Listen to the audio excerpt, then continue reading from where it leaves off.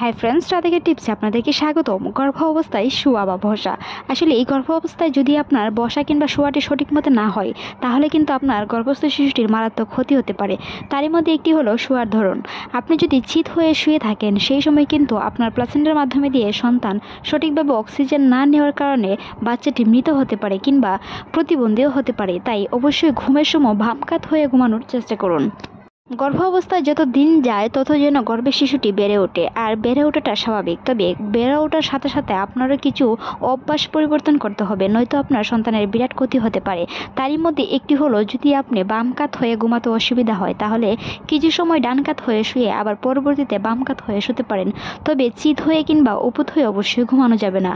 তাছাড়াও কিছু কিছু নিয়ম আপনাকে পরিবর্তন করতে হবে। তারই মধ্যে একটি হলো নর্মাল কমোড ইউজ করা। আপনি যদি নর্মালে সন্তান নিতে চান, তবে নর্মাল কমোড ইউজ করা কিংবা হাঁটাহাঁটি করাটা খুবই গুরুত্বপূর্ণ। তবে মনে রাখবেন, হাঁটাহাঁটি করার মাধ্যমেও আপনাকে মাঝে মধ্যে রেস্ট নিয়ে হাঁটাহাঁটি করতে হবে। প্রচুর পরিমাণে যদি হাঁটাহাঁটি করেন, তবে আপনার ক্লান্তি অনুভূতি হয়ে আপনার শ্বাস নিঃশ্বাসটিতে কষ্ট হতে পারে। সেই সময় আপনার গর্ভস্থ শিশুটিও নিঃশ্বাস নিতে কষ্ট হবে। তাই অবশ্যই অক্সিজেন নেওয়ার সাথে সাথে সেই সময়টি বিরতি রাখুন। হাঁটাহাঁটির মধ্যে দিয়ে অবশ্যই রেস্ট নেওয়ার চেষ্টা করুন।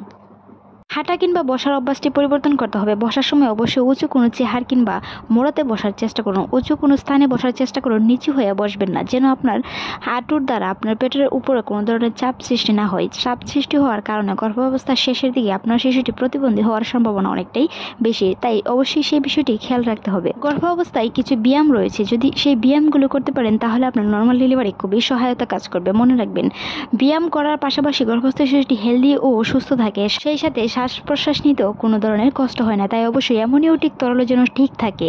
অবশ্যই গর্ভবতী মায়েকে উঁচু কোনো স্থানে বসতে হবে, এমনকি শোয়ার ধরনগুলো পাল্টে নিতে হবে।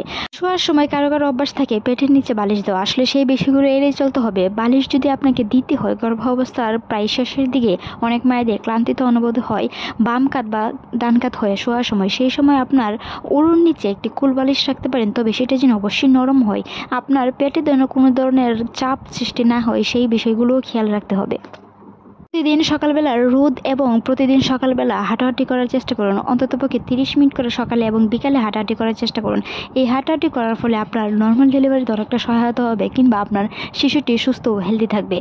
যদি আপনার সন্তানটি উল্টো হয়ে থাকে, সেই সময় যদি আপনি হাঁটাহাঁটি করুন, প্রায় হাঁটাহাঁটির অভ্যাস থেকে থাকে, তবে আপনার হাঁটাহাঁটির কারণে কিংবা আপনার ঘরের টুকটাক কাজে, বাড়ি কাজ অবশ্যই এড়িয়ে চলতে হবে। ঘরের টুকটাক কাজ করার ফলে আপনার সন্তানটি সঠিক পজিশনে আসতে পারে। সেই বিষয়গুলো খেয়াল রাখবেন।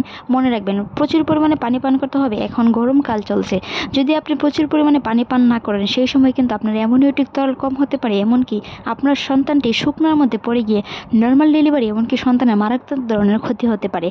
সেই বিষয়গুলো খেয়াল রাখবেন। বিশেষজ্ঞরা বলে থাকেন, একজন গর্ভবতী মা কমপক্ষে অন্ততপক্ষে 8 থেকে 10 গ্লাস পানি পান করতে হবে। তবে সন্ধ্যার পর কিংবা রাতে পানি পান করার কম চেষ্টা করবেন, কারণ রাতে পানি পান প্রচুর করার কারণে আপনার বারে বারে বাথরুমে যাওয়ার অভ্যাস হতে পারে। সেই সময় আপনার ঘুমের ব্যাঘাত করতে পারে। গর্ভবতী মায়েদের অন্ততপক্ষে 8 থেকে 12 ঘন্টা ঘুমানোর পরামর্শ দিয়ে থাকেন বিশেষজ্ঞরা। তাই অবশ্যই সন্ধ্যার পর পানি পান কম করে সারা দিন পানি পান করার চেষ্টা করুন। অল্প অল্প করে খাবার খান, একটু পর পর করে খাবার খান।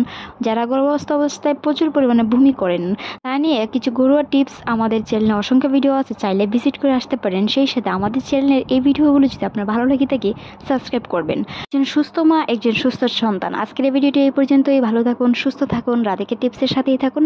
আপনার মূল্যবান মতামত অবশ্যই কমেন্টে জানিয়ে যাবেন। ধন্যবাদ।